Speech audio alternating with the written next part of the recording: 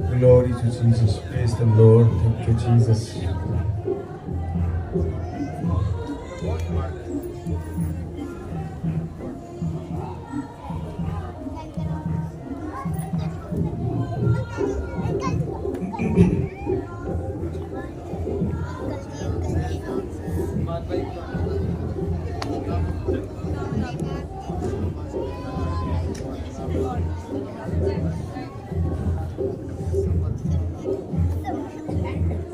सो हम अपना दहना हाथ खुदा की तरफ बढ़ाएंगे और रसूलों का अकीदा बढ़ते हैं।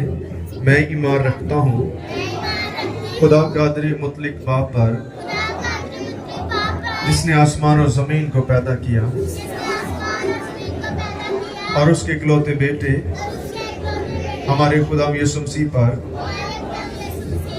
जो रूहुल कुदस की कुदरत से पेट में पड़ा, हमारी मरियम से पैदा हुआ, पैंतुस पिलातुस की हुकूमत में दुख उठाया, मसलूब हुआ, मर गया और दफन हुआ, तीसरे दिन मुर्दों में से जी उठा, आसमान पर चढ़ गया और खुदा कादिर मुतलक बाप की दाहिनी तरफ बैठा है, जहां से वो जिंदों और मुर्दों की अदालत करने को आएगा। मैं ईमान रखता हूँ रूहुल कुदस पर, पाकुलिया कलीसिया पर, मुकद्दसों की रफाकत, गुनाहों की मुआफी, जिस्म के जी उठने और हमेशा की जिंदगी पर। आमीन। तशरीफ रखें।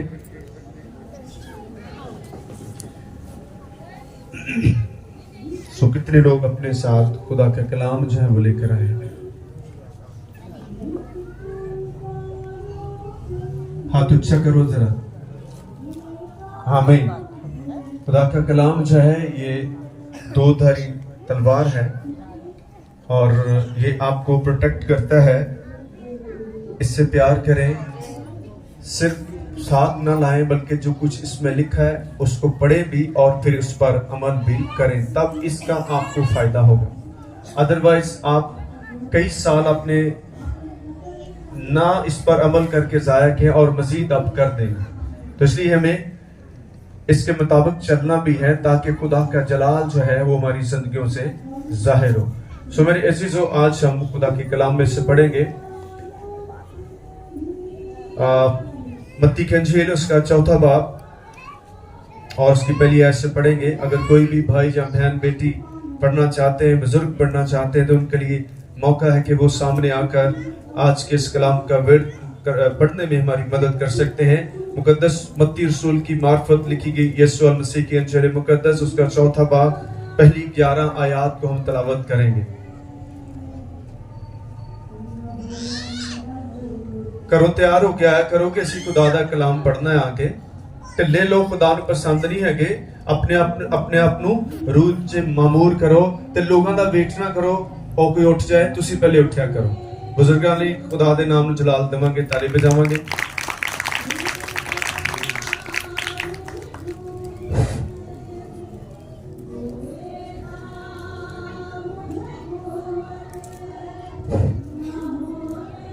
खुदा का कलाम सुने। मत्ती रसूल की लिखी गई इंजील 4 बाब और पहली 11 आयत थी। उस वक्त रूह यीशु को जंगल में ले गया ताकि इब्लीस से आजमाया जाए, और 40 दिन और 40 रात फाका करके आखिर को उसे भूख लगी, और आजमाने वाले ने पास आकर उससे कहा, अगर तू खुदा का बेटा है तो फरमा कि ये पत्थर रोटियां बन जाए। उसने जवाब में कहा, लिखा है आदमी सिर्फ रोटी से जीता न रहेगा, बल्कि हर उस बात से जो खुदा के मुंह से निकलती है। तब इब्लीस उसे मुकद्दस शहर में ले गया और आकर के कंगरे पर खड़ा करके उसे कहा, अगर तू खुदा का बेटा है तो अपने तय नीचे गिरा दे, क्योंकि लिखा है कि वो तेरी बाबत अपने फीतों को हुक्म देगा और तुझे अपने हाथों पर ढा लेंगे। ऐसा ना हो कि तेरे पाँव को पत्थर से ठेस लगे। यीशु ने उसे कहा, यह भी लिखा है कि तू खुदावंद अपने खुदा की आजमाइश ना कर। फिर इब्लीस उसको एक बहुत ऊंचे पहाड़ पर ले गया और दुनिया की सब सल्तनतें और उनकी शान शौकत उसे दिखाई, और उसे कहा, अगर तू झुक कर मुझे सजदा करे तो ये सब कुछ तुझे दे दूंगा। यीशु ने उससे कहा ऐ शैतान दूर हो, क्योंकि लिखा है कि तू खुदावंद अपने खुदा को सीधा कर और सिर्फ उसी की इबादत कर। तब इब्लीस उसके पास से चला गया और देखो फरिश्ते आकर उसकी खिदमत करने लगे। आमीन। खुदावंद का शुक्र हो। आमीन। Thank you, God bless you. So आज का हमारा मजमूर होगा, लास्ट संडे कौन सा मजमूर था, किसी को याद है जी? हाँ जी, अपनी फिक्रें लिखा था, कल की फिक्र मत करो ना करो, यानी डोंट वरी अबाउट टुमारो। तो कितने लोगों ने पूरा हफ्ता इस बात पर यकीन किया और प्रैक्टिस की है? आमीन। आमीन। प्रेज द गॉड, आमीन। हालेलुया। आमीन। सो आज का जो मजमून है, how can we victory on the temptation, हम किस तरह से आजमाइशों पर गालिब आ सकते हैं। लिख लें इसको, मैं शॉर्ट चीजें करूंगा क्योंकि हमने वक्त को भी मद्देनजर रखना है। क्या लिखा है? How can we victory on the temptation, हम आजमाइशों पर कैसे गालिब आ सकते हैं। एक दूसरे को कहेंगे, हम कैसे ऊंची बोलो जरा, कुछ नहीं हो गया। हम कैसे आजमाइश पर गालिब आ सकते हैं। खुदा का बंदा कहता है, कौन मुझे मसीह की मोहब्बत से जुदा करेगा। ये दुनिया की होते रहेगा, इस तरह आप परेशान ना हो, खुदा तसल्ली देगा उनको। आमीन। सारे ऊंची सारी बोलो। आज का मजमून क्या है? हम आजमाइशों पर कैसे गालिब आ सकते हैं। हम आजमाइश कभी आपने इस पर सोचा? क्योंकि आजमाइशों का होना बहुत जरूरी है, और ये आजमाइशें जो है ये इब्लीस का सबसे बड़ा हथियार है। और आज हम कलाम मुकद्दस में से इस बात को जानने की कोशिश करेंगे कि किस तरह से हम इन पर गालिब आ सकते हैं, किस तरह से हम इन पर फतह पा सकते हैं। क्योंकि जब आजमाइशें आती हैं तो हम लड़खड़ा जाते हैं, हम बेदिल हो जाते हैं, और जब बेदिल हो जाते हैं फिर आजमाइशें और ज्यादा बड़ी हो जाती हैं। खुदा के बंदा पौलुस रसूल करते हुए खत में क्या बयान करते हैं? तुम कभी ऐसी आजमाइश में नहीं पड़े जो तुम्हारी बर्दाश्त से बाहर हो, बल्कि खुदा उसमें से निकलने के लिए राह भी तैयार करता है। आमीन। कौन करता है? खुदा। खुदा को अपनी आजमाइशों में काम करने का मौका दीजिएगा, वो उसमें से आपके लिए रास्ते तलाश कर रहा है, बना रहा है। लेकिन जो आजमाइशों का जो वक्त होता है उसमें कायम रहना बहुत ज्यादा जरूरी है। अगर आप कायम नहीं रहेंगे तो आप अपनी आजमाइशों को बढ़ा देंगे। आइए इस बात को देखते हैं, यीशु मसीह ने किस तरह से इन 3 आजमाइशों में फतह पाई है। आमीन। एक नमूना है, एक मॉडल है, और इसके अलावा मैं और आप कोई भी शख्स जो है यानी ईमानदार जो है वो कभी भी एक फतहमंद जिंदगी नहीं गुजार सकता। पहली आजमाइश जो आई क्या थी? आज हम एक लफ्ज पर गौर करेंगे। अगर का लफ्ज जो है ये शक को पैदा करता है। क्या करता है? शक को पैदा करता है, और इस शक को हम कबूल कर लेते हैं। यीशु ने इस शक को कबूल नहीं किया। इब्लीस जो है वो शक पैदा करता है, और उसने यीशु मसीह के सामने आकर क्या कहा? और आजमाने वाले ने पास आकर उससे कहा, अगर तू खुदा का बेटा है। क्या लिखा है? अगर तू खुदा का बेटा है। कितना बड़ा झूठ बोल रहा है वो। खुद को पता है उसे कि ये कौन है। अगर तू खुदा का बेटा है, यानी कि इब्लीस क्या करता है? आपके जज्बात को भड़काना चाहता है, यानी इमोशनल करना चाहता है। आप जब जज्बाती होते हैं तो फिर आप उस आजमाइश में गिरेंगे। आज आपको भी कह सकता है तू खुदा का बेटा है, आप क्या कहेंगे? मैं तो नहीं हूं। कैसे आप कहते हैं? अपने कामों से इनकार करते हैं। कैसे करते हैं? अपने कामों से आप इस चीज का इनकार करते हैं कि मैं खुदा का बेटा नहीं। और खुदा के जो बेटे हैं उनको क्या करना है, उनको किस तरह से उन चीजों पर गालिब आना है, वो तरीकाकार आज हम कलाम में से देखते हैं। एक चीज आपको याद रखनी है, इब्लीस जो है वो करोड़ों साल, अरबों साल खुदा के साथ रहा है। वो कलाम को बहुत अच्छे तरीके से जानता है। कितने लोग इस बात के लिए इत्तेफाक करते हैं? क्योंकि वो एक अहम फरिश्ता था जिसका नाम लूसीफर फरिश्ता था, और बाइबल कहती है वो नूर बरदार फरिश्ता था। वो आम फरिश्ता नहीं था, वो लीडर था, वो हेड था, उन तमाम जो पाक फरिश्ते हैं उनका लीडर था। इसलिए वो कलाम को बहुत अच्छे तरीके से जानता है। जब तक आप उससे ज्यादा नहीं जानेंगे आप उस पर गालिब नहीं आ सकते। असी माड़ा माड़ा जानते हैं, लेकिन वो गहरी बातों को जानता है। उसको पता है कि कब किस वक्त हम पर हमला करना है। आप उसने राइट टाइम पर हमला किया जब यीशु उनको भूख लगी थी। आप जब भूखे होते हैं तो आप क्या करते हैं?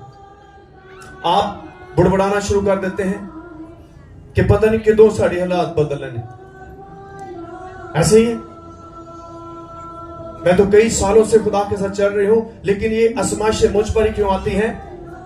खुदा को कुड़कुड़ाना पसंद नहीं है, उसको बुड़बुड़ाना पसंद नहीं है। खुदा को पता है आप कौन सी आजमाइश में पड़े हुए हैं, लेकिन आपको कलाम को यूज करना है। हर आजमाइश को आप कलाम के साथ उस पर गालिब आएंगे। आमीन आमीन। यीशु कैसे गालिब आया, आज उसको देखते हैं। उसने एक अच्छी बात कही है, जब भूख लगी हो तो आपके सामने कोई भी खाना ला दिया जाए तो आप किसी चीज की परवाह नहीं करेंगे, पहले रोटी दो बस खाइए, 5 जितना दी मिलती खा लो, ऐसे ही। लेकिन आपने ऐसा नहीं करना। आप देखिए खुदा ने यीशु को कहा तू फरमा के ये पत्थर रोटियां बन जाएं। यीशु मसीह ने जवाब दिया, लिखा है कि आदमी सिर्फ रोटी ही से जीता ना रहेगा, बल्कि हर बात से जो खुदा के मुंह से निकलती है। आमीन। हर बात से जो बाइबल के अंदर आप पढ़ते हो उसमें आपकी खुराक है, उसमें आपकी तवानाई है, उसमें आपकी बरकत है। तो यीशु ने उसको पलट के जवाब दिया। क्या जवाब दिया उसने? कि इंसान सिर्फ रोटी से जीता ना रहेगा, बल्कि खुदा के कलाम की हर बात से वो जीता रहेगा। आमीन आमीन। आज हमें किस चीज की भूख है? हम ज्यादा अपने बदन की खुराक की तलाश करते हैं। यहां कलाम की बात हो रही है। कलाम आपको हमेशा आसूदा रख सकता है। खुदा ने कौम बनी इस्राइल के लिए कौन सी खुराक मुहैया की थी? किसी याद है? मन। कितने लोग ऊंची बोले मन? डरते क्यों है? मन। ये कौन सी खुराक थी? फरिश्तों की खुराक। Yes, praise the Lord. अगर आप खुदा के साथ चलेंगे तो उसके पास बहुत सारे वसाइल हैं जहां से आपको खुराक दे सकता है। इसलिए आपको खुराक के लिए कभी भी खुदा को इग्नोर नहीं करना, उसको छोड़ना नहीं है। आपसी रोटी दी खातर खुदा नु छड़ देने कि चले जाने अज दिहाड़ी एक लाउने दिहाड़ियां ला के कितना कुछ कर लोगे। खुदा पहले होना चाहिए, फिर आपकी दिहाड़ियां मुक्कड़ नहीं देगा। आमीन। अगर आज आपके पास रोजगार नहीं है तो आप खुदा के साथ चल नहीं रहे। जब आप खुदा के साथ चलेंगे तो वो आपके लिए दरवाजे खोलेगा, आपके लिए कारोबार मुहैया करेगा। और जब खुदा कुछ मुहैया करता है तो फिर आपके पास रखने के लिए जगह भी नहीं होती। आमीन। इसलिए आप खुदा को कभी भी तर्क ना करें, उसको हमेशा पहला दर्जा दें। यीशु ने किसको पहला दर्जा दिया? खुदा के कलाम को।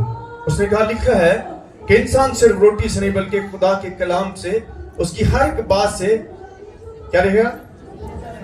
हाँ जी, जीता रहेगा। ऊंची बोलो, मुझे आवाज नहीं आ रही। जीता रहेगा। जीता रहेगा। आमीन। आप सिर्फ कलाम के साथ जीते रह सकते हैं। आप खाएंगे, आपको भूख लगेगी। आप हमेशा भूखे क्यों रहते हैं? क्योंकि आपकी भूख मादी बदन की खुराक है या कलाम की बात हो रही है। जब आपके अंदर कलाम होगा तो आप देखिए मूसा 40 दिन 40 रात जो है कोहे सीना के पहाड़ पर किसके पास था? खुदा के पास। जी ऊंची तरह बोलो, कुछ नहीं होता। कहां था? खुदा की हजूरी में था। तो बाइबल क्या कहती है? ना उसे भूख लगी ना उसे प्यास लगी। कितने साल कितने दिन? 40 दिन। आप 40 दिन और रात एक टाइम की भूख के लिए परेशान हो जाते हैं। आप खुदा के साथ चलेंगे, उसको आपकी भूख का भी पता है। जब वो भी 3 दिन खुदा के साथ चल रही थी तो यीशु ने क्या कहा अपने शागिर्दों को कि इन्हें खाना दो, क्योंकि मैं नहीं चाहता कि भूखे रहे। जब आप खुदा के साथ चलेंगे वो आपकी हर चीज की फिक्र करता है, इसलिए आपको शैतान के झूठ में शामिल नहीं होना, बल्कि उसको बताना है कि मैं कौन हूं। हालेलुया। मैं कौन हूं? मैं यीशु का बेटा हूं, मैं उसका मानने वाला हूं, तो मुझे अपनी बातों से उलझा नहीं सकता। ये पहली बात है, खुदा के मुंह से निकलती है। तब इब्लीस उसे मुकद्दस शहर में ले गया और हैकल के कुंगरे पर खड़ा करके उससे कहा कि अगर तू खुदा का बेटा, फिर देखे उसने वही अल्फाज में, अगर तू खुदा का बेटा है। शक पैदा कर रहा है, फिर उसको इमोशनल करने की कोशिश कर रहा है कि शायद इस दफा इस आजमाइश में मैं इसको गिरा सकूं, लेकिन आपको उससे भी ज्यादा तेज होना होगा। अगर तू खुदा का बेटा है तो अपने तई नीचे गिरा दे, क्योंकि लिखा है कि वो तेरी बाबत अपने फरिश्तों को हुक्म देगा और वो तुझे हाथों पर उठा लेंगे। इमोशनल, जज्बाती कर रहा है। आपको ऐसा नहीं करना। आपको इब्लीस कह सकता है, लेकिन आपने कहना नो, मैं खुदा को नहीं आजमाऊंगा, खुदा की आजमाइश नहीं करनी। यीशु मसीह ने आगे उनको पलट के जवाब क्या दिया है, आए उसको पढ़े फिर आगे बढ़ते हैं। क्या लिखा है? ऐसा ना हो कि तेरे पांव को पत्थर से ठेल के। यीशु ने उससे कहा, ये भी लिखा है। आमीन आमीन। क्या लिखा है? ये भी लिखा है कि तू खुदावंद अपने खुदा की आजमाइश ना कर। आमीन आमीन। कभी आपने इब्लीस के साथ बात की कलाम के साथ, आप भी उससे कह सकते हैं कि लिखा है। अगर आप किसी आजमाइश में हैं तो आप कहें कि लिखा है कि मेरा यीशु दुनिया पर गालिब आया है। आमीन। यूहन्ना की इंजील में यीशु मसीह ने क्या कहा? मैं दुनिया पर गालिब आया हूं। आप भी उसको बताएं कि मेरा यीशु दुनिया पर गालिब आया है। देखो किस तरह इब्लीस पहुंचता है। आमीन। उसको भगाने के लिए आपको खुदा के कलाम को यूज करना है। आमीन आमीन। फिर इब्लीस उसे एक बहुत ऊंचे पहाड़ पर ले गया और दुनिया की सब सल्तनतें और उनकी शान और शौकत उसे दिखाई और उसे कहा, अगर तू झुककर मुझे सजदा करे, ये सब कुछ तुझे दे दूंगा। लालच, ये भी इब्लीस का सबसे बड़ा हथियार है। वो लालच दे रहा है, अगर तू झुककर मुझे सजदा करे तो ये सब कुछ मैं तुझे दे दूंगा, जबकि उसको पता ये सब कुछ मेरा नहीं है। आमीन। आपको ये इल्म होना चाहिए कि सब कुछ किसका है? किसका है? खुदा का, यीशु का है। उसने कहा आसमान और जमीन का कुल इख्तियार मुझे दिया गया है। आमीन आमीन। आपको बहुत सारे रास्ते वो बताएगा कि इस रास्ते पर चल तो मैं तुझे बहुत कुछ दूंगा। छठ एकम कितने साल हो गए तो इथों बाहर ही निकल सके उनको, नो मैं इस हालत में ही रहूंगा, क्योंकि इस हालत में मेरा खुदा मेरे साथ रहता है। आमीन। मैं तेरी बातों को नहीं मानूंगा क्योंकि तू झूठ बोलता है। आज से आपने इस बात को याद रखना, सब कुछ किसका है? तो इब्लीस क्या कहता है? मेरा है। झूठ बोला उसने। क्या कह रहा है? ये सब कुछ किसका है? किसका? मेरा है। तू मुझे सजदा कर तो मैं सब कुछ तुझे दे दूंगा। इब्लीस के पास कुछ भी नहीं है, वो आपका ही छीन कर आपको वापस करता है। इसलिए उसे उसके इस धोखे में मत आइएगा और यीशु की तरह जवाब दें। यीशु ने क्या जवाब दिया? और उसने कहा, अगर तू झुककर मुझे सजदा करे, ये सब कुछ तुझे दे दूंगा। यीशु ने उससे कहा, ऐ शैतान दूर हो, क्योंकि लिखा है कि तू खुदावंद अपने खुदा को सजदा कर और सिर्फ उसी की इबादत कर। आमीन हालेलुया। लिखा है कि तू सिर्फ अपने खुदावंद खुदा की इबादत कर और उसी के आगे क्या कर? सजदा कर। आपको किसी के भी आगे झुकने की जरूरत नहीं है। आप खुदा के साथ अगर उसके आगे झुकने वाले तो खुदा आपको कभी किसी के आगे झुकने नहीं देगा। आमीन आमीन। आखिरी बात क्या है? तब इब्लीस उसके पास से चला गया और देखो फरिश्ते आकर उसकी खिदमत करने लगे। आमीन प्रेज द गॉड। जब आप कलाम को यूज करेंगे तो फिर जोर नहीं लगेगा, उसको भाग नहीं होगा, क्योंकि वो कलाम से डरता है। और जब वो जाता है तो फिर वापस नहीं आता। हॉली एंजल्स आते हैं। अगर आप चाहते हैं कि हॉली एंजल आपके लिए भी आए तो फिर आपको कलाम को यूज करना होगा। हर बात में कलाम को आगे लेकर आए कि लिखा है कि तू कल की फिक्र ना कर। सारे बोले लिखा है तू कल की फिक्र ना कर। कहेंगे आज के बाद यस। आमीन। आमीन। लिखा है कि तू फिक्र मत कर। आप कहकर खुदा के कलाम को ऊपर लेकर आए और इब्लीस को भगाएं अपनी जिंदगियों से।